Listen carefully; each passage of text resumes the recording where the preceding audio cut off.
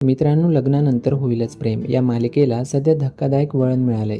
मालिकेमध्ये काव्य आणि नंदिनी प्रेग्नेंट असल्यापासून रम्या, विजय आणि वसुआत्या त्यांच्या बाळाला इजा पोहोचवण्याचा प्रयत्न करत आहेत.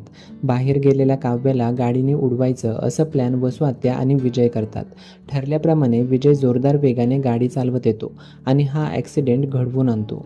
काव्य आता गेली असं विजयला वाटतं, तेव्हा खुश होऊन तो फोनवरती हे वसूला सांगतो. पण वसू विजयला काव्य सुखरूप घरी आल्याचं सांगते. ती म्हणते की काव्य आणि नंदिनी दोघीही एकसारखे कपडे घालून बाहेर पडल्या होत्या. तो काव्य समजून नंदिनीला तर नाही उडवलं ना. विजय आता घाबरतो. तिकडे नंदिनी ही रस्त्यावरती बेशुद्ध अवस्थेत पडलेली असते आणि लोक तिच्या भोवती जमा झालेले असतात.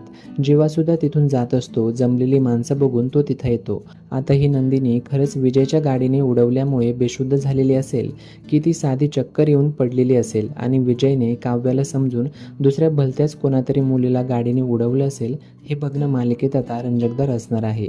तर ही मालिका बघत राहा आणि यापुढचे अपडेट्स मिळवण्याकरिता लगेचच चॅनलला सबस्क्राईब करा.